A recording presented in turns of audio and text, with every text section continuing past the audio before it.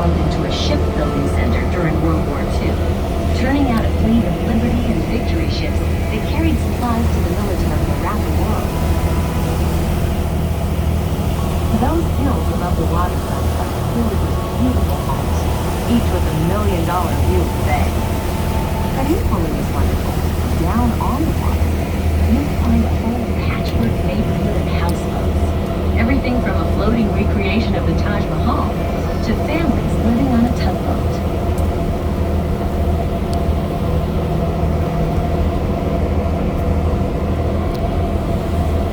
Behind Sausalito, if it's clear, you should be able to see the tall outline of Mount Tamalpais.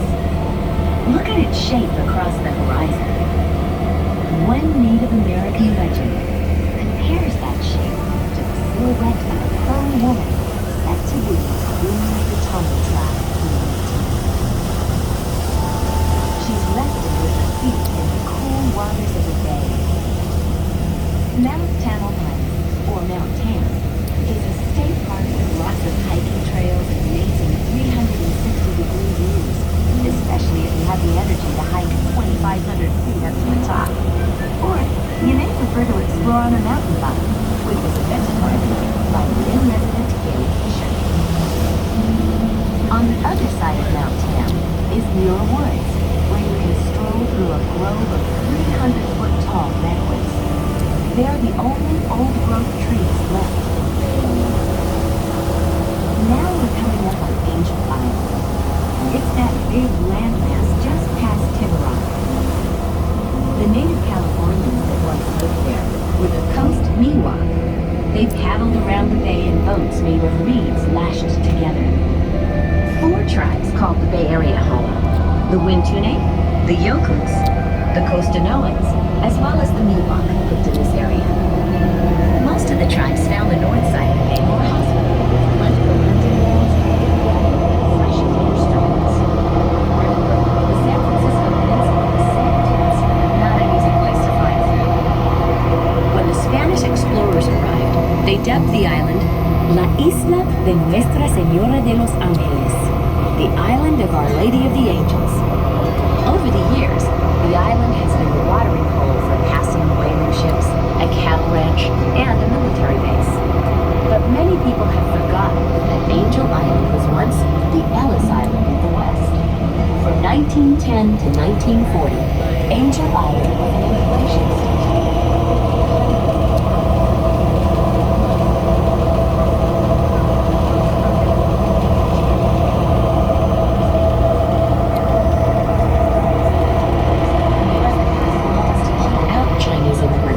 The very people whose ancestors had helped build the West. American citizens already here. Anyone of Chinese descent was suspect. They were locked up and interrogated. They had to prove they were related to an American citizen. Husbands and wives were severed. Sometimes the stay was a month, sometimes a year. To tell the story, I've invited some people with personal experience. Felicia Lowe's father was interned here. You were behind bars, and there were guards, and even a tower with guards with guns. You were treated as if you were a prisoner. Lowe's father was interned in 1948 at the age of 18. After he was allowed to enter America, he made a good life for his family. But he never said much about the time he spent on the island. So many Chinese immigrants were reluctant to talk about the Angel Island experience, simply because they absorb some of the shame attached to that in a cultural sense. You don't have to be Chinese to understand that being taken off a boat and being put behind bars would have some deep effect on you. Another San Francisco resident, Daniel Ching, was 16 when he made his way from Hong Kong to San Francisco. He expected to greet his father when he arrived, but instead, he was detained at Angel Island, placed in a barracks with dozens of strangers. Ching waited for his interrogation. If he got the answers wrong, he'd be deported. You have an idea of what we are going to ask you, but you don't know what kind of question you will pop up.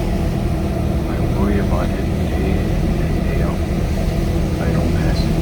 Possible. Shing was released to begin his new life in America.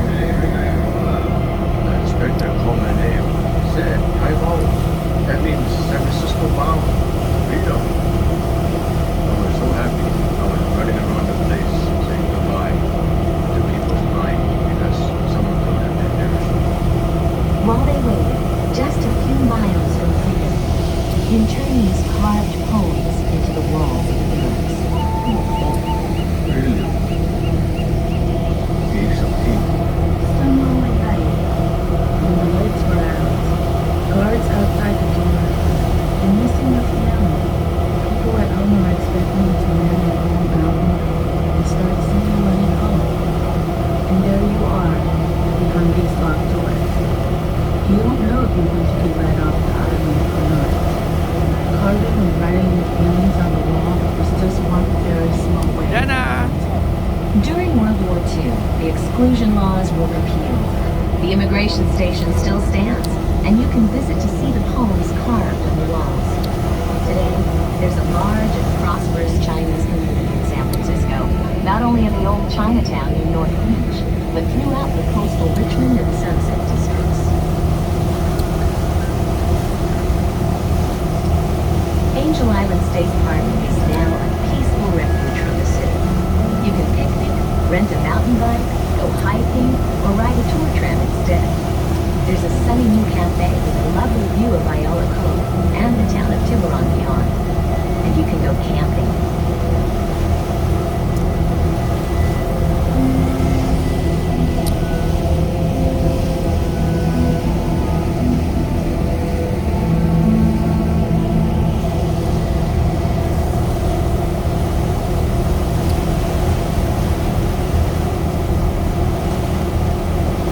Now we're coming up on Alcatraz Island, better known as the Rock. Alcatraz was once the most dreaded, dangerous, high-security prison in the U.S. penal system. You had to commit a serious crime and be a major threat to the safety of other prisoners in order to get sent to the Rock. One of those prisoners is here to tell his story, Leon Whitey Thompson. The day that I was on the boat sailing over to Alcatraz, I had like a flashback of the days when I was a youngster. I heard a lot about Alcatraz when it first opened up. And I never dreamed that one day I would be on the boat sailing to the island bigger than President myself. Thompson had already spent 10 years in prison for armed robbery when he made that trip. He would spend another 4 years at Alcatraz. I can't say I was scared. I wasn't scared. It was just a real eerie feeling. I felt like a guy that's going into the ground. This is like a final destination. And that's the way I felt when I was going to the Rock. The average inmate population was 260 men. The prison could have held more, but it was never filled to capacity. You've probably heard of some of its famous inmates: Machine Gun Kelly, Al Capone, and Robert Stroud, better known as the Birdman of Alcatraz.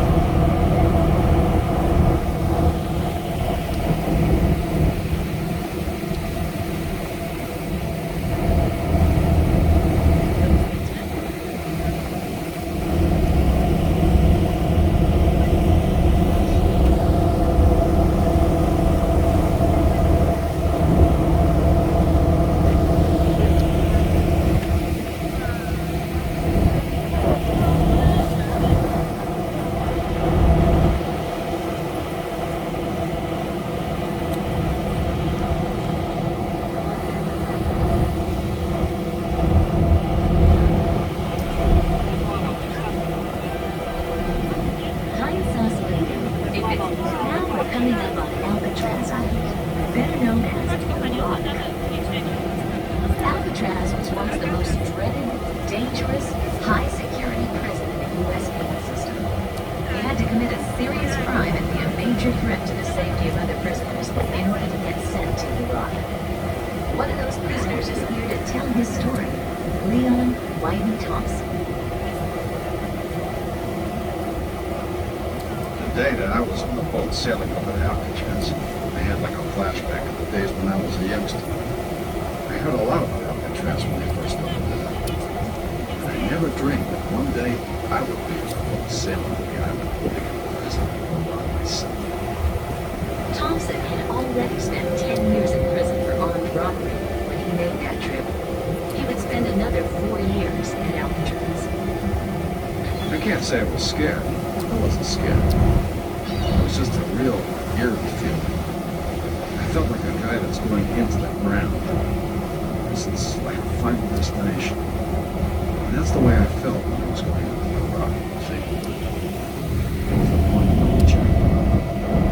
The average inmate population was 260 men. The prison could have held more, but it was never filled to capacity.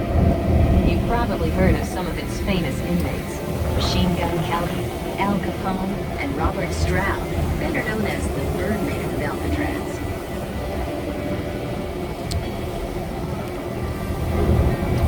Inmates spent most of their time in their cells or at their work assignments.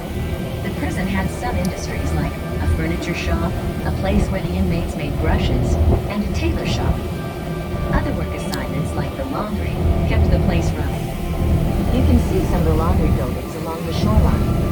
Above them, on top of the hill, is the prison's water tower. Alcatraz really is a rock. It has no water of its own, so even today it has to be shipped over from the mainland. Now look at the big building way up on top of the hill. That's the cell block. Inside are rows and rows of dismal cells. So small a man could barely stretch out of them. The rules were strict. Much of each day, inmates weren't allowed to talk with each other or the guards. No radios, no cards or letters, and relatives could only visit 2 hours per month. The psychological toll was great. It's said to make mean men even meaner. The routine is what was killing me. It was so monotonous. You know, every day was the same thing. If you asked me what I did last Thursday, I couldn't say. Because the days all ran together. There were a lot of guards at Alcatraz. In fact, one for every 3 inmates. Prison guard Maurice Morris Ordway worked at Alcatraz almost the entire time it was in operation. He spent some of his time in lookout towers, like the one you see near the shoreline. The only guns that were carried were in the towers. No guns anywhere else.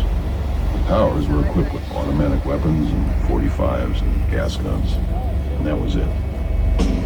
Other days, Ordway watched the yard. Inmates who behaved were allowed to spend a few hours out there each day.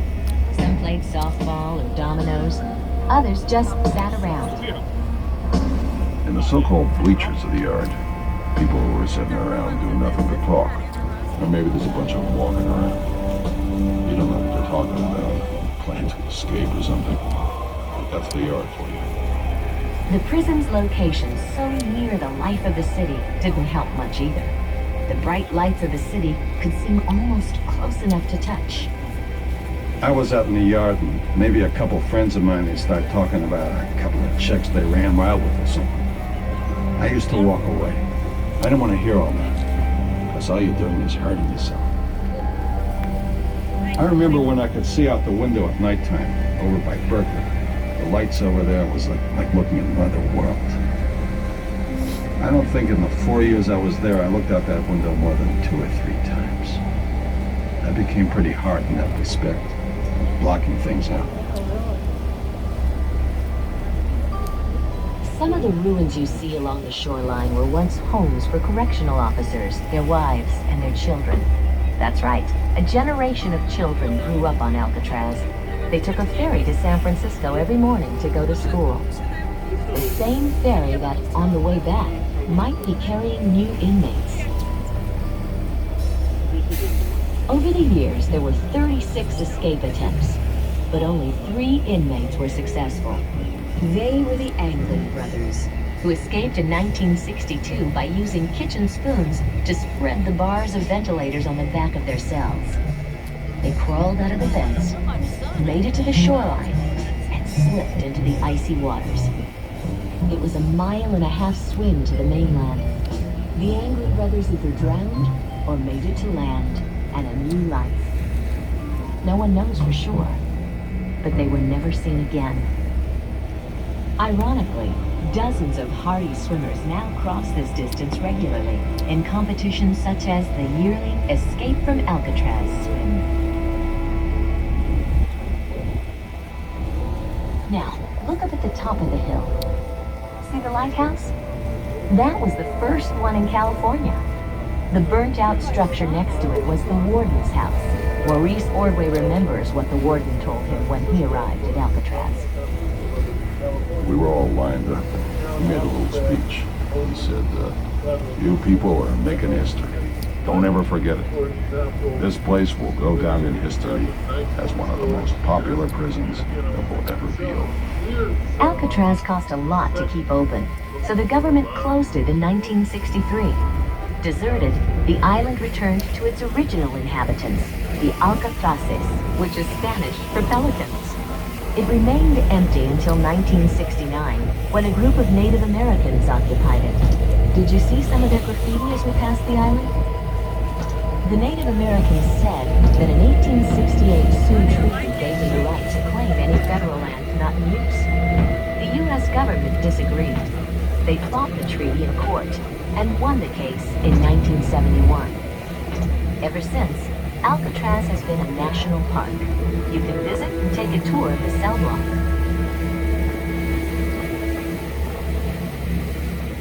For maritime security reasons, we will need to close the restrooms 10 minutes prior to landing.